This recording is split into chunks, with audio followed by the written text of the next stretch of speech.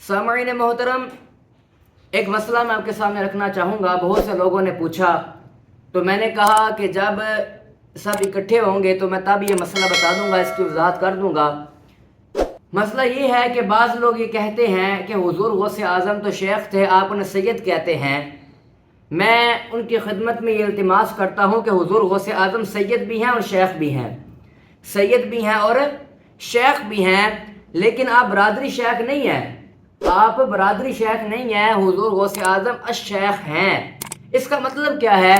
मैंने तरीक़त और तसव्वुफ़ की किताबों में ये पढ़ा है कि अश-शेख उस वली कामिल को कहते हैं कि जो पाँव की ठोकर मारकर अल्लाह के हुक्म से मुर्दा जिंदा करता है, मुर्दों को जिंदा करता है अल्लाह के हुक्म से। किस तरह? पाँव की ठोकर मारकर अल्लाह के हुक्म से मुर्दों को जिंदा करता है, उसे अश-शेख कहते हैं, उसे अश-शेख कहते हैं। और हुज़ूर गौसे आज़म सैयद भी हैं, अश-शेख भी हैं, लेकिन सैयदुस्सादात, सैयदों के सरदार हैं। और ये भी एक नुक्ता महफूज कर लें कि ख़ानदान सादात की एक शाख है गिलानी सैयद जिसे कहते हैं, ये ख़ानदान सादात की एक शाख है।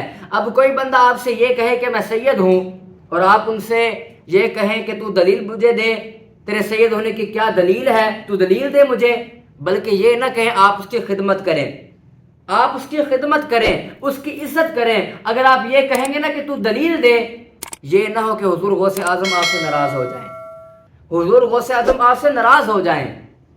तो इसका जवाब ये है कि हुज़ूर गौसे आज़म शेख भी हैं और सैयद भी हैं। शेख किस माना में कि आप वली कामिल उस शेख उस वली कामिल को कहते हैं कि जो पाँव की ठोकर मारकर मुर्दों को जिंदा करता है अल्लाह के हुक्म से।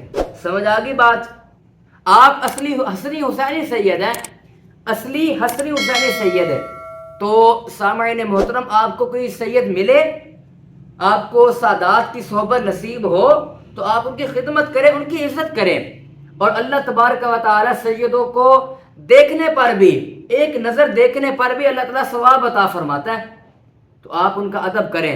और हुज़ूर गौसे आज़म शहनशाह बगदाद रमज़ान शरीफ की पहली तारीख को पैदा हुए और आप इस शान से पैदा हुए कि आपने पहला रोज़ा भी रखा।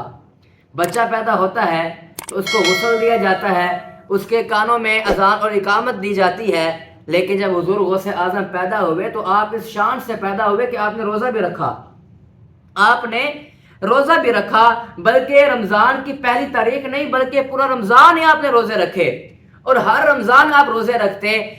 और आपकी वालदा हज़रत उम्मुल खैर आप फरमाती हैं कि मेरा बेटा पूरा दिन किसी भी वक़्त दूध नहीं पीता, बल्कि सहरी और अफ्तारी के वक़्त दूध पिया करता था।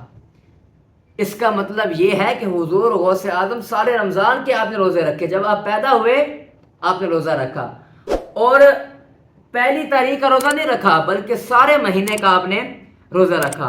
हुज़ूर गौसे आज़म की पैदाइशी ज़िंदगी जो है आपकी रोज़े रख कर गुजरी। पैदाइशी कुरान के हाफिज़ हैं और पैदाइशी तौर पर ही आलिम दीन हैं। रमज़ान शरीफ की 29 तारीख थी, आसमान पर गहरे बादल छाए हुए थे, चांद के मुतल्लिक़ यकीन नहीं हो सका कि कल ईद है या रोज़ा होगा।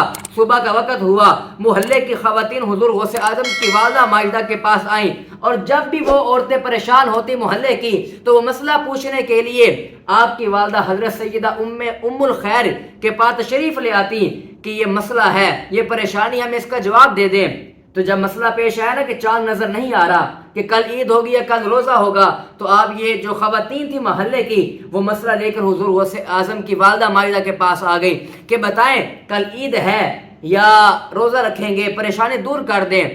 तो हुज़ूर गौसे आज़म की वालदा माजिदा आप क्या फरमाती हैं?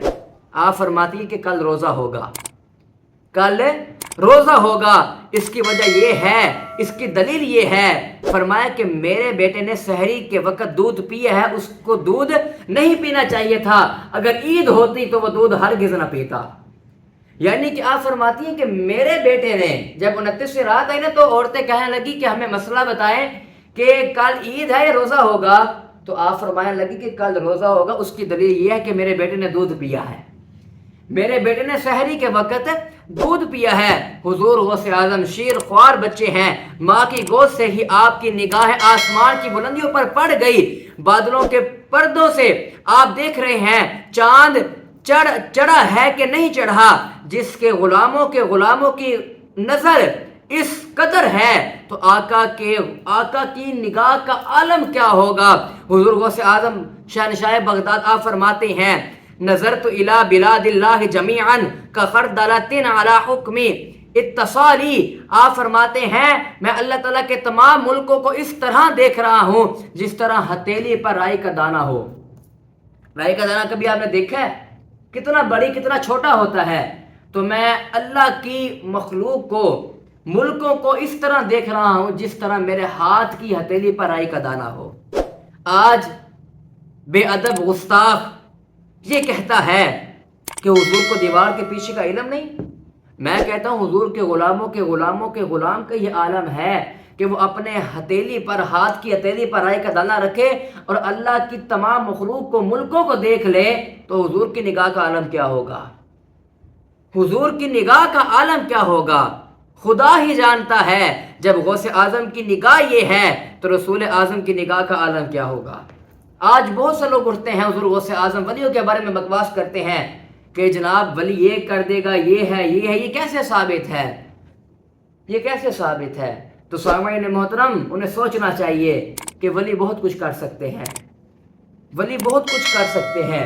حضور غوث اعظم آپ کی بہت سی کرامات ہیں، آپ پڑھیں تاکہ آپ کو علم ہو۔